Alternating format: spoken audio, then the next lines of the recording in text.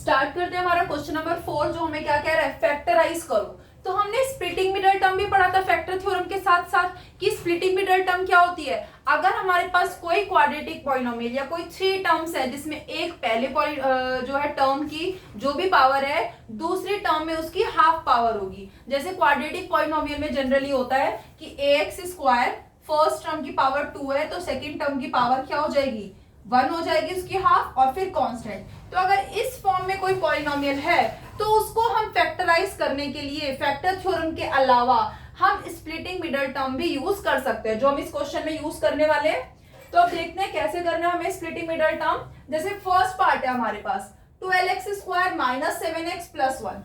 तो हमें इसके स्प्लिट करने के लिए हमें क्या देखना है, देखो जो हाफ पावर है, जो एक पावर 2 है हमारे पास हाईएस्ट पावर और दूसरी उसकी हाफ पावर जो 1 है, तो हम क्या करेंगे, जो वो हाफ वाली पावर है वो हमारी मिडिल टर्म है, उसको दो टर्म्स में ब्रेक कर लेंगे। अब वो करना कैसे है वो पता चलेगा हमें हमारी फर्स्ट और लास्ट टर्म से। तो हम देखेंगे फर्स्ट टर्म का कोफिशिएंट और जो लास्ट टर्म हमारी कांस्टेंट है वो, उन दोनों को देख लेते हैं। 12 और 1 इनका प्रोडक्ट क्या हुआ, 12 1 12 हुआ। तो हम क्या करेंगे, अब जो ये प्रोडक्ट आया फर्स्ट और लास्ट टर्म यानी कि a इंटू सी जो आया, इसके फैक्टर्स कर करके देखेंगे और इसका हमें फैक्टर्स का वो पेयर लेना है जिसको प्लस माइनस करने पर मुझे मिल जाए मेरी मिडल टर्म। तो 12 के फैक्टर्स देखो आप क्या क्या हो सकते हैं, 1 12 12 हो सकता है, 3 4 12 हो सकता है, 6 2 12 हो सकता है। तो ये सारे इस तरीके से मेरे फैक्टर्स हो सकते हैं। तो हमें क्या चाहिए, हमें वो फैक्टर चाहिए जिसको प्लस माइनस करने पर मुझे क्या मिले, ये बीच वाली टर्म क्या है, ये -7x। तो आप इसका नंबर देखो, पहले 7 चाहिए ना, तो किसको इसमें से 12 और 1 को माइनस करो तो नहीं मिलेगा 7, 6 प्लस 2 को प्लस करोगे 8 और माइनस करोगे तो 4। लेकिन जो ये वाला पेयर है 3 और 4, इनको अगर मैं प्लस करूं तो मुझे क्या मिलेगा, 7 मिलेगा। तो पहले तो नंबर का पता लगाया हमने कि 3 और 4 है। अब साइन देखेंगे, तो साइन के लिए आप देखो कि जो मेरी मिडिल टर्म है उसका क्या साइन है, माइनस है। लेकिन हमें तो इनको क्या करना है, 3 + 4 प्लस करना है। फिर माइनस का साइन कैसे आएगा, अगर दोनों माइनस के हो, -3 -4, क्योंकि माइनस माइनस क्या हो जाएगा, प्लस हो जाएगा। तो यहां से मुझे पता चल गया कि बीच वाली जो टर्म है मेरी 7x, उसको मैं -3 और -4 लिख सकती हूँ। और साथ में इसका क्या था, वेरिएबल x था, तो x आ जाएगा 3x और 4x। तो यहां से मेरी अब ये टर्म्स स्प्लिट हो गई।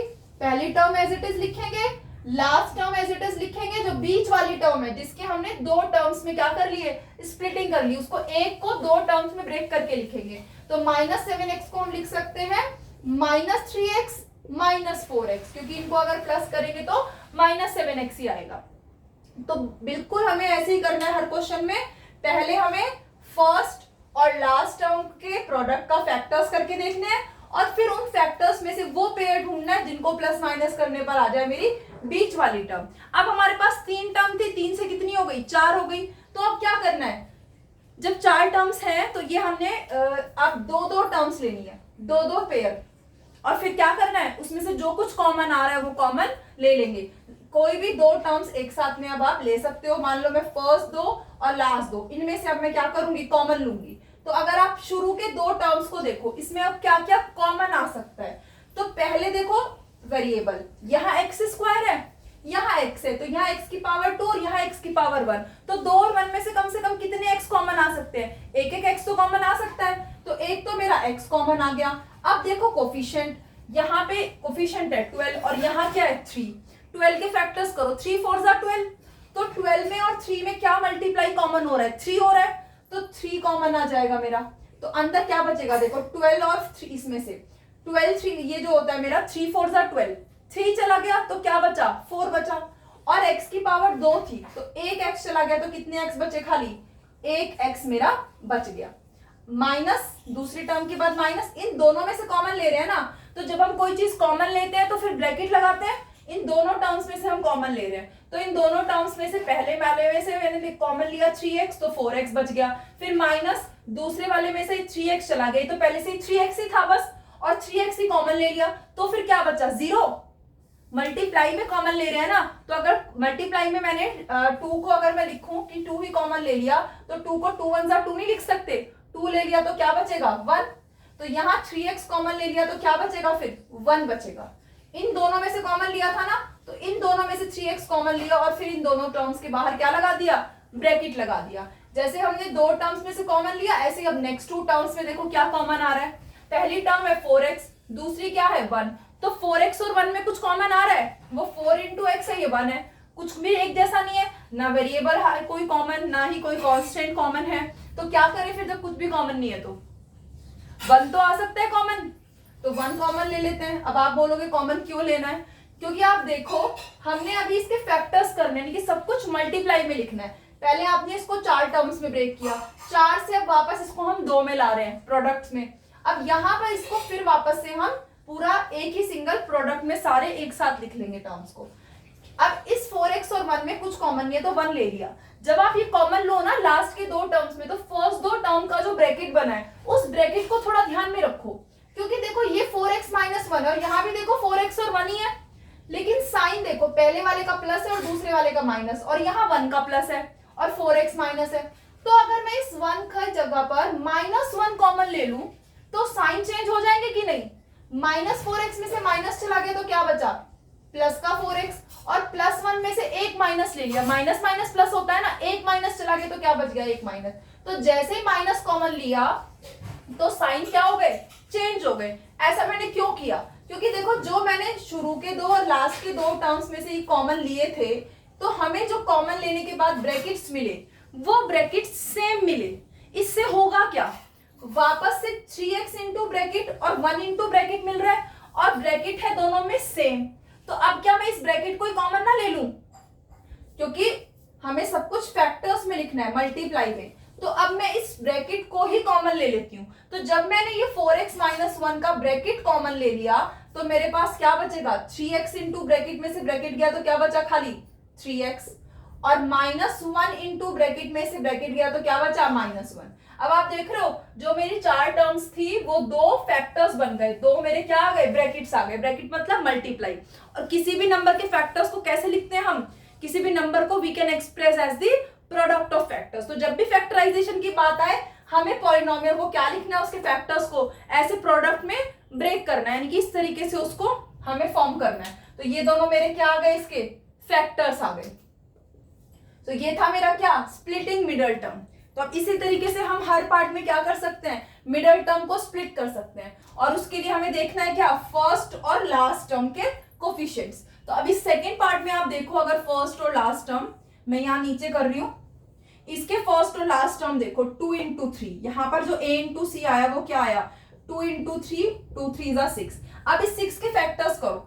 फैक्टर्स आप देखो पहले 1 into 6 हो सकता है, 2 3 = 6 हो सकता है, या फिर कुछ और हो सकता है क्या, 3 2 = 6 हो सकता है। रिपीट हो गए तो बस रुक जाओ। तो ये 2 ही पेयर बने इसके फैक्टर्स के। अब इन दोनों में से वो कौन सा पेयर है जिसको प्लस या माइनस करने पर ये बीच वाली टर्म मिलेगी। बीच में क्या है, 7x है, तो इन दोनों में किसको प्लस करने पर 7 मिल रहा है, 2 + 3 को तो 5 मिलेगा प्लस करने पर, 1 और 6 को, ये वाला जो मेरा फैक्टर है, इनको अगर मैं प्लस कर दूं 1 + 6 तो मुझे 7 मिलेगा। अब साइन देखो क्या है यहाँ पर, प्लस, तो प्लस के ले लेंगे दोनों। तो यानी मेरी जो बीच वाली टर्म है, फर्स्ट तो एज इट इज लिखनी है, थर्ड वाली एज इट इज लिखनी है। जो मेरी बीच वाली टर्म है 7x, उसको मैंने क्या स्प्लिट किया, एक 1 और एक 6, और साथ में क्या था x, तो 1x यानी कि x और 6x यानी कि ये प्लस का 6x, ठीक है ना। तो ये आ गए मेरे एक टर्म से 2 टर्म। अब क्या करना है, शुरू के 2 टर्म्स में से कुछ कॉमन ले लो, लास्ट के 2 टर्म्स में से कुछ कॉमन ले लो, तो 4 से क्या हो जाएंगी, 2 उसमें फैक्ट आ जाएंगे हमारे। तो अब पहले 2 देखो, 2x⁻2 और x⁻1, तो यहाँ x की 2 पावर है और यहाँ x की कितनी पावर है, 1 है। तो दोनों में कम से कम कितनी पावर सेम है, 1, और कोफिशिएंट यहाँ 2 है यहाँ 1 है, तो वो तो सेम नहीं आ रहा, लेकिन x तो सेम आ रहा है, तो x ले लिया कॉमन। तो यहाँ क्या बचेगा, 2 × x², 2 बचा, और 2x में से 1x गया तो कितने x बच गया, 1x बच गया। फिर प्लस 1x था वही कॉमन ले लिया तो क्या बच गया, 1। अगर सब कुछ कॉमन ले लिया कुछ नहीं बचा तो क्या बचा, मल्टीप्लाई में 1 बचा। फिर आगे प्लस, अब 6x और 3, देखो x यहाँ नहीं है तो वेरिएबल तो कॉमन नहीं आ रहा, लेकिन जो मेरे कोफिशिएंट्स हैं 6 और 3, इसमें कुछ कॉमन आ रहा है। 6 2 3 = 6 होता है, और ये 3, तो दोनों में 3 है एक फैक्टर कॉमन। तो इस 6x और 3 में से मैं 3 को कॉमन ले सकती हूँ। तो जब पहले टर्म्स में से 6 में से 3 गया, 3 2 = 6 होता है, उसमें से 3 चला गया तो क्या बचा 2, और साथ में क्या था x, फिर प्लस 3 चला गया तो क्या बचा 1। तो आप देख रहे हो शुरू के दो और लास्ट के दो में से कॉमन लिया तो x into bracket 3 into bracket, और दोनों ब्रैकेट मेरे क्या है सेम है, यहाँ भी 2x प्लस 1 मल्टीप्लाई हो रहा है, यहाँ भी 2x प्लस 1 मल्टीप्लाई हो रहा है। तो अब मैं इन दोनों में से ही ये जो ब्रैकेट है 2x प्लस 1 पहले इसी को कॉमन ले लेती हूँ, फिर अंदर क्या बचेगा x इंटू ब्रैकेट में से ब्रैकेट गया क्या बचा खाली x बचा, फिर 3 इंटू ब्रैकेट में से ब्रैकेट गया क्या बचा खाली 3 बचा, और साथ में साइन क्या था +3, क्योंकि हमने कुछ माइनस का थोड़ी ना कॉमन लिया कि साइन चेंज होगा। तो मेरे दो फैक्टर्स क्या आ गए, एक ब्रैकेट आया 2x प्लस 1 और दूसरा ब्रैकेट क्या आया x प्लस 3, तो ये दो इसके क्या हो गए फैक्टर हो गए।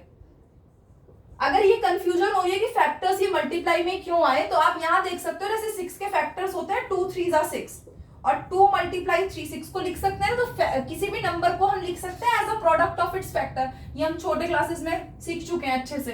तो इसलिए जब भी फैक्टर्स की बात आई तो मैंने जो भी इसके पॉलिनोमियल्स थे उसको पॉलिनोमियल को हमने ऐसे एक्सप्रेशंस में ब्रेक कर दिया जिनको मल्टीप्लाई करके ये बने, तो मल्टीप्लाई अलग अलग ब्रैकेट्स में ऐसे मैंने फैक्टर्स निकाले।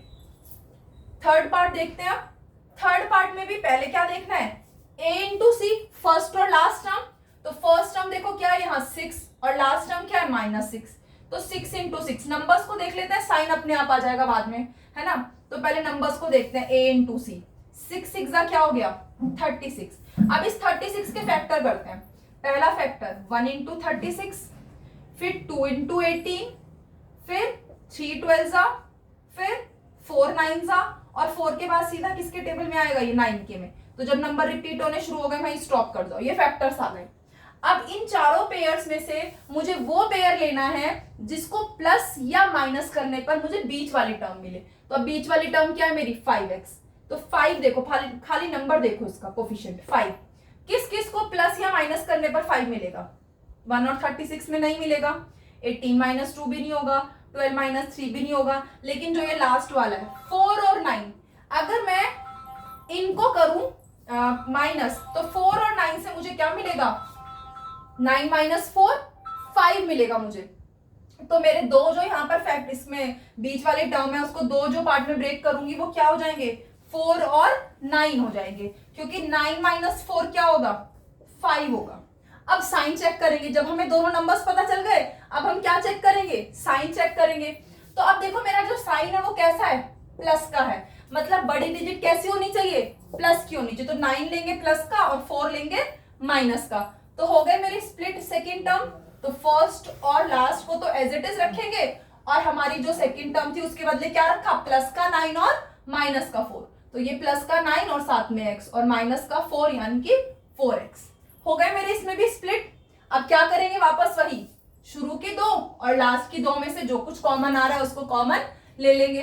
तो पहले शुरू के दो में देखते हैं 6x², 6 में और 9 में पहले कोफिशिएंट्स देखो 6 और 9, 6 क्या है 3 2 6 और 9 क्या है 3 3 9, तो दोनों में 3 3 मल्टीप्लाई हो रहा है, तो नंबर तो मेरा आ गया 3। अब वेरिएबल देखो x की पावर 2 और x की पावर 1, तो 2 और 1 पावर में एक पावर तो कॉमन आ रही है तो एक x कॉमन आ गया, तो क्या बचा यहाँ से 3 2 में से 3 गया तो 2 बचा और 2x में से एक x गया तो एक x बच गया। उसके बाद प्लस में 9x, x तो चला गया था 9 में से 3 3 9 में से 3 गया तो क्या बचा एक 3 बच गया, तो प्लस का 3, क्योंकि हमने प्लस का ही 3x कॉमन लिया तो साइन चेंज नहीं हुए। उसके बाद नेक्स्ट में देखो पहले तो देखो ये माइनस हम जब भी कॉमन लेंगे सेकंड वाले ग्रुप में से तो हमें ये ध्यान रखना है पहले वाले ब्रैकेट के जैसा बने वो ब्रैकेट जो कॉमन लेकर आए। तो यहाँ पे तो सब प्लस है, यहाँ दोनों माइनस है, तो उनको प्लस कैसे बनाए, दोनों में से माइनस कॉमन ले ले पहले तो हम। अब नंबर्स देख लेते हैं, x यहाँ है यहाँ नहीं है तो x तो कॉमन आएगा नहीं। नंबर्स देखते हैं 4 और 6 में, तो 4 क्या है 2 2 4 और 6 क्या है 2 3 6, तो दोनों में 2 कॉमन है जो मल्टीप्लाई हो रहा है, तो दोनों में से 2 कॉमन ले लेते हैं। 2 2 4 में से 2 गया तो क्या बचा 2 और साथ में x। अब माइनस का कॉमन लिया था ना देखो, तो इसीलिए ये माइनस से क्या हो गया अंदर ब्रैकेट में प्लस हो गया। ऐसे सेकेंड टर्म माइनस की 6 थी, माइनस कॉमन ले लिया तो क्या बचेगा प्लस बचेगा, और 2 3 6 में से 2 गया तो क्या बचा 3 बचा, तो ये ब्रैकेट हमारे पास बच जाएगा। अब आप देखो दोनों में 3x into bracket minus 2 into bracket, और ये जो ब्रैकेट है 2x प्लस 3 2x प्लस 3 दोनों में सेम आ गया। तो अब क्या करेंगे, इस ब्रैकेट को ही कॉमन ले लेंगे। तो अब जब ये ब्रैकेट मैंने कॉमन लिया 2x प्लस 3, तो यहाँ 3x इंटू ब्रैकेट से ब्रैकेट गया, क्या बचा, खाली 3x बचा। फिर क्या था, माइनस 2 इंटू ब्रैकेट में से ब्रैकेट गया तो बचा 2। तो ये मेरे दो फैक्टर्स आ गए, एक आया 2x प्लस 3 और दूसरा क्या आया 3x माइनस 2। ये मेरा आंसर हो गया हमारा। अब देखते हैं हमारा लास्ट पार्ट इस क्वेश्चन का। लास्ट पार्ट में भी ऐसे ही देखेंगे, पहले a इंटू सी करके देख लेते हैं। a इंटू सी, पहले वाला कोफिशिएंट x स्क्वायर का 3 है, इंटू दूसरे वाले का कोफिशिएंट क्या है -4 है। 3 4 का क्या हो गया माइनस का 12। मैंने बोला था साइन पर ध्यान मत दो, साइन अपने आप आ जाएगा, है ना। तो हम साइन पर ध्यान नहीं भी देंगे तो भी हम बस खाली नंबर से देखेंगे, और सेकेंड टर्म का जो है बीच वाला मिडल टर्म, उसके साइन से हमारा अपने आप साइन जो है वो बन जाएगा। तो अब यहाँ पर देखो माइनस का 12, इस 12 के फैक्टर्स करते हैं। 1 12 = 12, 2 6 = 12, 3 4 = 12, फिर 4 3 = 12। रिपीट हो गए, मतलब बस और फैक्टर नहीं है, यही फैक्टर्स हैं। अब इसमें क्या करेंगे, इसमें हम पेयर देखेंगे, क्या चाहिए हमें। अच्छा ये देखो माइनस का x है, x का कोफिशिएंट क्या है 1 है, मतलब ऐसा पेयर जिसको प्लस या माइनस करने पर क्या मिले 1 मिले। 12 और 1 से नहीं मिलेगा 1, 6 - 2 भी 1 नहीं है। लेकिन ये लास्ट वाला 3 और 4, 4 - 3 ये मुझे 1 दे रहा है। अब मुझे देखना है 4 - 3 करें या 3 - 4, तो उसके लिए मुझे क्या देखना है, सेकेंड वाले टर्म का साइन। कैसा साइन है, माइनस का है, मतलब माइनस तो करना है, लेकिन यहाँ पे आंसर में क्या आ रहा है माइनस। तो माइनस कब आएगा, जब बड़ी डिजिट माइनस की होगी। तो 4 लेना पड़ेगा माइनस का और 3 लेना पड़ेगा प्लस का, तब जाके हमें क्या मिलेगा माइनस का 1 मिलेगा।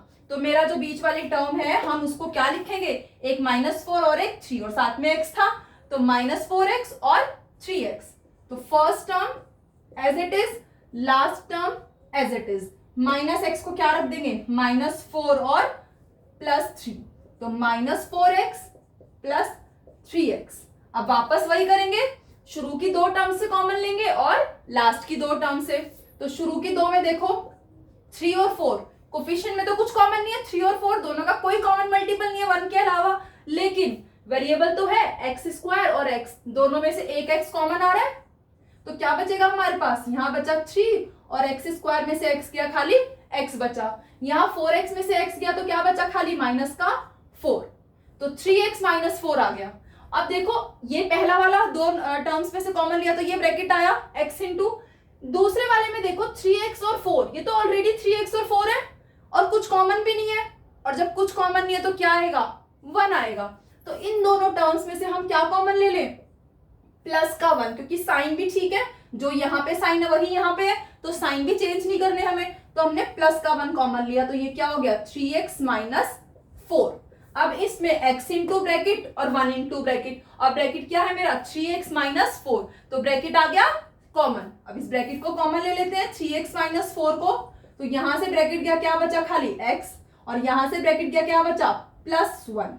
तो ये मेरे 2 फैक्टर्स आ गए इस लास्ट पार्ट के। ये था हमारा क्वेश्चन नंबर 4। लास्ट क्वेश्चन करते हैं अब स्टार्ट, इसको नोट कर लो आप तब तक।